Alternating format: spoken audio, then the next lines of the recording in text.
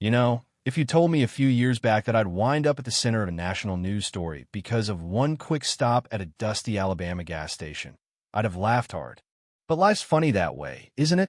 One minute, you're just another traveler on the highway, and the next, you're standing toe-to-toe with the ugliest parts of the world, trying to keep your dignity in the heat and the dust, with a crowd staring like you're some wild thing they caught in a net. Let me back up a sec. I'm General Anika Roberts, and all I wanted that morning was to make a secure call and get to a classified meeting at Maxwell Air Force Base on Timino Drama. No headlines. I'd done these drives plenty of times before. No sirens, no staff, just me in a rental with decent shocks, trying to get where I needed to be. You'd think, with my credentials, folks might cut me a little slack. But if there's one thing I've learned, it's that uniforms and medals mean nothing when the wrong person sees only what they want to see. It was early, the sun already mean and sticky by the time I pulled off at this rundown spot called Betty's Gas and Gruba place that looked like it hadn't been painted since the last Bush was in office. My phone was losing signal, but this was the only place for miles, so I rolled in, parked a little away from the main pumps, and got out to catch a few more bars.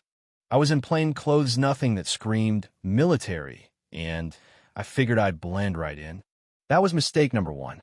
So there I am, standing next to the car, talking in low tones, giving my ID confirmation over a secure line. There's a couple old-timers by their trucks, shooting the breeze, and I don't pay them much mind. But inside, Betty herself, short, gray hair, glasses hanging on a chain, was watching me like I just walked in waving a gun. She didn't see a tired woman making a call. She saw trouble, her kind of trouble. You know what I mean? Turns out Betty's the sort who picks up the phone at the first sign of different. Sheriff's office? Yeah, there's some woman hanging around out here. Looks like she's up to something. She barely finished her sentence before slamming the phone down, the way people do when they want to feel in control. Meanwhile, I'm just pacing, phone pressed to my ear, trying to hold on to the thread of a conversation about troop placements and international protocol stuff with stakes higher than a gas station cashier's suspicions. Didn't take long for the trouble to roll up. Two sheriff's deputies, Miller and Shaw, came roaring into the lot like they were responding to a hostage crisis. Not a woman in a windbreaker holding a phone. Miller, big, red-faced, built like a linebacker, was already unsnapping his holster before he even stopped moving. Shaw looked like he'd watched one too many cop movies, all twitchy energy and eager eyes. They didn't ask if I needed help. They didn't ask what I was doing. They demanded ID, voices all sharp edges and suspicion. I kept my voice calm, hands open, just like they teach you in the academy years of training drilled into me, keeping my temper in check. Of course, officers. Here's my military ID, my travel orders. I'm on official business, but they didn't want to hear it. Miller barely glanced at my credentials before tossing them back at me like they were junk mail. These look fake. Got anything real? Shaw laughed. General, huh? Yeah, and I'm the Queen of England. You ever feel invisible and hypervisible at the same time? That's what it's like standing there, everyone watching, nobody listening, knowing exactly why. The crowd started gathering, folks peeking out the windows, a few pulling out their phones for video. I asked them, as calm as I could, to call their supervisor. That only made them madder. Miller was in my face, cuffs out, telling me to turn around. You ever feel that line snap inside, that last shred of patience? Yeah, that happened.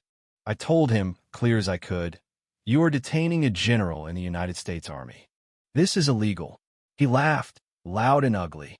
Before I could get another word out, they spun me around and cuffed me hard. My phone hit the ground, secure line, still open. I could hear someone yelling my name on the other end, but those deputies weren't listening.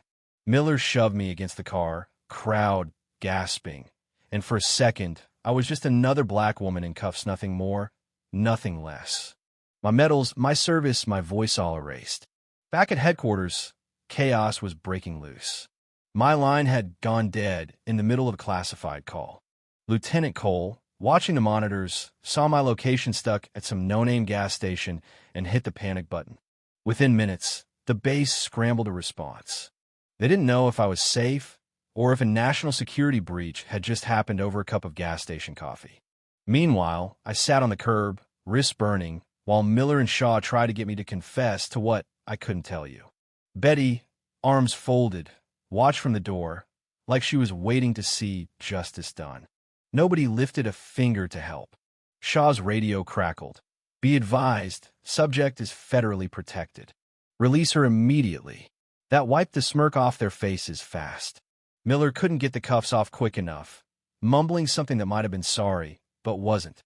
Before I could say much, a convoy of black SUVs tore into the lot security detail from Maxwell, led by Major Marcus Thorne. No grandstanding, just business. Are you harmed, General? He asked, voice sharp.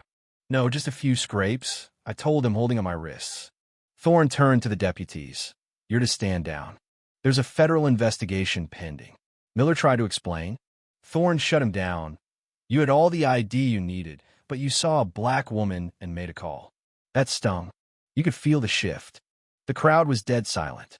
They loaded me into the SUV, and I just looked back, one Scott Miller sweating, Betty scurrying inside, the crowd shrinking away now that the show was over. In the car, Thorne said, this is going public. They're about to learn what it means to be seen. I didn't respond. I didn't need to. I'd done my fighting for the day. But I knew, deep down, the real fight was only just beginning. By morning, that cell phone video, grainy but clear, was everywhere. 2 deputies, 1 woman in plain clothes, and the whole world watching. National news, civil rights groups, even the governor weighed in. Oak Haven wasn't a dot on a map, Anna Marie. It was a spotlight for everything wrong with how some people see power, authority, and color. The sheriff's office tried damage control, putting Miller and Shaw on leave, mumbling about misunderstandings. Reporters asked the real questions. How could trained officers ignore credentials? Was race a factor? Nobody had good answers. Their names leaked, old complaints came out, and suddenly, Oak Haven had more trouble than it ever bargained for. Lawyers got involved. Federal investigations kicked in. The whole country was talking about what it means to be seen or not seen in America. But to me, it all felt heavier in the quiet when the crowds left. The cameras shut off, and I sat in my room, metal shining, wondering if any of it really mattered. But you know, the thing about dignity is you don't just hold on to it for yourself. You hold it for everyone who can't. At the press conference, I wore my full uniform. I looked out at the crowd faces of every age, color, background, and I told the truth. I've given my life to this country. But the other day in Oak Haven, none of that mattered. I was judged, not for my actions, but for the color of my skin and what people assumed. I'm not here for an apology. I'm here because silence is not an option. Dignity is not negotiable. The applause started slow, but it grew real honest. I stepped down, feeling the weight lift just a little, knowing the world doesn't change in a day. Maybe not in a lifetime, but it does change. And it starts when we refuse to be silent. So let me ask you, where do you stand? Have you ever seen something like this, felt something like this, or stood by when someone else did? Speak up. Share your story, your truth. Is this justice, or just another day in America? What would you have done in Oak Haven? I want to hear what you think, because in the end, that's how real change starts.